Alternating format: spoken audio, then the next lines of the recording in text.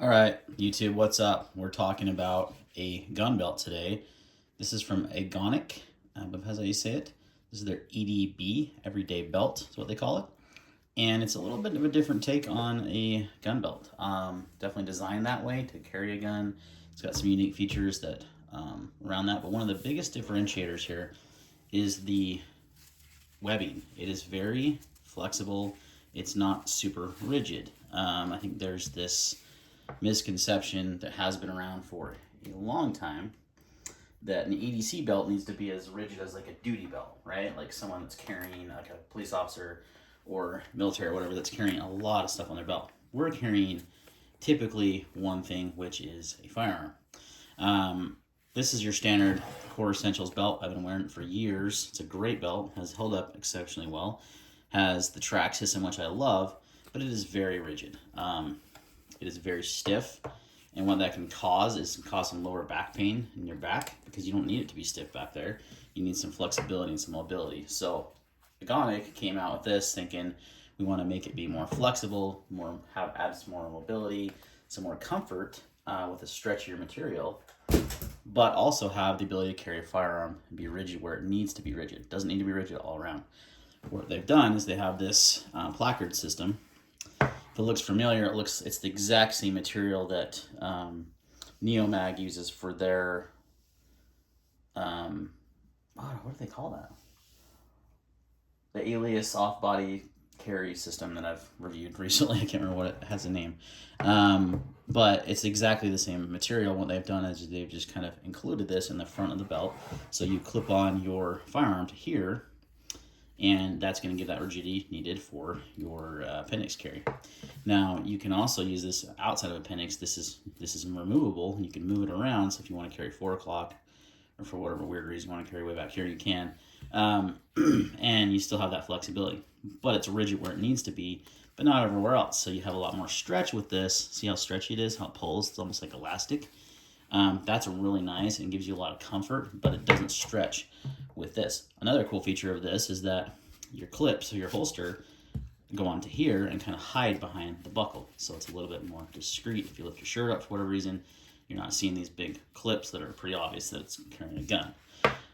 So those are some cool features. Another cool feature it has is these little cells. So you can see each cell is individually stitched, and you can see that these are meant to be used for little pockets, right? And you can expand these pockets, as you can see I've done here, and I've got some fire tinder in there.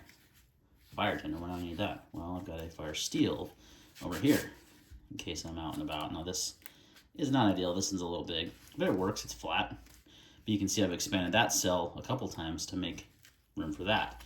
I've also got the striker for the ferro rod there, and one of the smaller cells, some Kevlar cordage here, and that one, a handcuff key back here, a set of lock picks in there. I mean, so it's really cool what you can carry. That was how it was designed to carry your accessories. So if you want to put a little mini sear kit in here, you absolutely can, which is cool. I like the buckle too. It's very flat. It's not big and bulky like a Cobra buckle. That's one thing I don't love about the Core Essentials belt, is the buckle is a little too big because of the ratcheting system. It can be uncomfortable at times. This is super comfy, and you just simply click onto one of the cells, and that is how you secure it.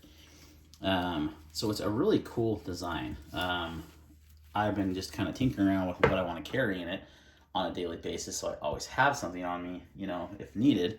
And it's pretty cool. Now, it's actually kind of borrowed from an old belt I've had for a long time by Frank Proctor. This is his EDC belt that had that little hidden pocket back here that you could store your sear kit in. The Velcro, which I actually like the Velcro better. I like this idea better. And I do have a belt coming from Wazoo Survival Gear, their cache belt, or however you say that word. It'll do the same thing as the Velcro, but it's all around. Whereas this is those individual cells. So just a different take on it. I've always loved this belt, but my one gripe is the plastic buckles, and the Velcro has just kind of, over the time, this kind of crap happens where you just get stuff that's stuck on the Velcro. The Velcro starts to fray. Yeah, it just doesn't last a long time. So I do think this will last longer because of the way it's designed with these cells. But it would be cool if they could do the cells and do Velcro instead. I don't know. So we'll see. Well, the Wazoo Survival Gear belt might fix that for me. And it has a little bit more functionality when it comes to hiding things in it. So, but this is a cool design, pretty pricey. I think it's about $95. It is made here in the USA, which is great. And the shipping was very fast on it as well. And it's very comfortable. Now, I did make one big mistake. So this comes as a 56-inch belt, which hopefully you don't have a 56-inch waist. If you do, it's time to hit the gym and start eating a little healthier. But it is adjustable, which I kind of don't like. I like rather you just size it, have a few different sizes and have the little flexibility there than this one size fits all, cut the belt to match. I've done that on my Core Essentials belt. You have to cut it. This, you have to cut it. I screwed up. First of all, there's no instructions in the box. I had watched a few videos. I was researching this product, and they have a video on their YouTube channel that's great. So you cut it, and then you basically take your lighter and you seal off the ends, and you're good. But you're supposed to leave a little stretch. I didn't. I cut it right where I need it to be. I needed to go like 2 more cells down. So I cut it short. I screwed up. My bad. I emailed them. They said there's no solution, which I was a little taken back by. Like they said, basically they can't offer. I said, can you just offer the webbing? I'll keep the buckle. I'll keep the placard. Just send me some new webbing. I'll pay for it. I screwed up. And they were like, it's cheaper just to buy a new belt. I'm like, there's no way that's the truth. So I shouldn't say that's no way that it's the truth, but they just don't offer the replacement webbing at this time, which I think they should. That should be a thing, because I have no doubt in my mind that I'm not the only person that's done this, right? Definitely not possible that I'm the only one that's cut it too short. And then you're kind of stuck with a snug belt. Now it works. I've been able to wear it. It does have some stretch to it, which is great. And when you start to cut into these cells and release that stitching to make room for your accessories, it does start to loosen the belt up a little bit. So like I said, it has been working. I've been wearing it. It's been comfortable. It's just a little snugger than I would like it to be, especially when I have my gun on me. So again, my fault, taking full responsibility for it. I do feel like, though, if you're going to go that route, there needs to be some clear instructions included with the belt. And maybe there was, but like I said, I had watched the YouTube video, and I screwed up. I didn't follow the instructions. I cut it too early, and that's my bad. But if there's no way that's not going to happen. There's going to be many people that do that. And you can see this is kind of rigid. Like, it'll stay on its own like that. It's going to start to fall any second now, though. But back to what I was saying, it's going to happen. They should offer some replacement, just how it is, because once you cut it, this is what it looks like, right? I cut it there. I need to cut it like right there.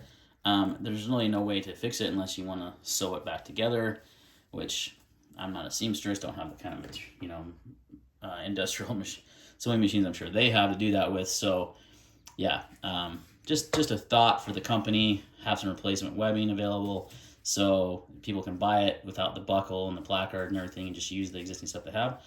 Because now this is kind of, it's not worthless. It's just a little snug for my waist. I only have a 34-inch waist. Not like I have a huge waist or anything. And yeah. Anyway, that's my only gripe. That is my only gripe on this belt. I think it's worked well so far. Really comfortable. Like it.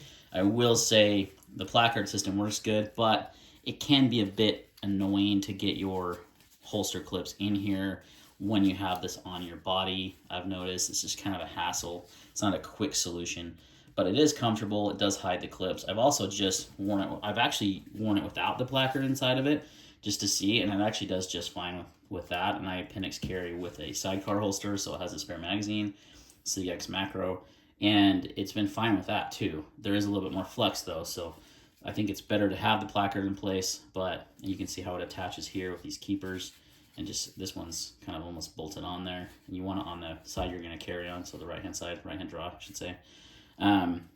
But overall, a cool design. I like it. It's unique. It's different, and I like that they're breaking the mold that every gun belt has to be super stiff, because that's not true. And you do end up causing you have issues with your back pain. And again, unless you're carrying 3 or 4 spare mags on you and handcuffs and pepper spray and a taser, and then you have a duty belt and you're a police officer. So different use case entirely. This is for EDC. This is for your standard everyday guy, you know. Anyway, cool belt. I'm curious how it's going to hold up. I've noticed the stitching is starting to fray in a few places here and there, which is pretty fixable. You could just take a lighter and melt that down. No big deal. I do like how the cells expand. I think that's cool. So you do have like a cachet type belt as well. I'm curious to see how this belt from from Wazoo is going to work as a gun belt, because I think as a cache belt or as a sear kit, it's going to do better. But I'm curious how it will compare as a gun belt. So, but I love that they're breaking the mold of gun belts in general. They're much more comfortable this way, but they still support a firearm, and they give you access to things in case you need it on a daily basis, which is awesome. Tier 1 Concealed actually just came out with a new belt, but it's sold out really quickly, and there's none available at the moment. These are still in stock. Last I checked in the brown, the black was out of stock. But they have a similar style belt that they just came out with as well. Say similar, it doesn't have all the same features as this, but it's kind of similar in design and methodology, where it's not super stiff everywhere. So like to see that. Hopefully that's the trend going forward. I'd actually love to see Core Essentials with the ratchet system, which is great. Incorporate that into just the front part of the belt, and then have the rest be a little more elastic and a little bit more flexible, but still have that ratcheting. That'd be kind of the ultimate belt, in my opinion. So, all right, guys, that's gonna wrap up this video on the Agonic EDB. It's a cool belt. Love the cachet ideas with the carrying the accessories. Again, I've got all kinds of cool stuff in mind that you might want to have in case of sear, I guess is the best way to put it. If you don't know what that is, look it up. There's lots of videos and things on YouTube about it, but you can store all kinds of cool things in here, and even things that like you might need on a daily basis that you don't want to have in your pockets. You could utilize these cells for that. And again, they are expandable. If you just take a knife and cut the middle stitch, you can see like I've done there. You can store pretty good size items. I mean, look at that. That's a Fiber Lights fire steel, and whistle, like all in one kind of thing, So in case I needed to start a fire, I've got that, some kindling, So you got some things you can carry in there. You don't need to go crazy and out of control with it, but it's kind of fun to set them up and play around and see what you want to carry. So anyway, I'm rambling at this point, so I'm going to wrap up the video. Thanks for watching. I'll see you on the next one.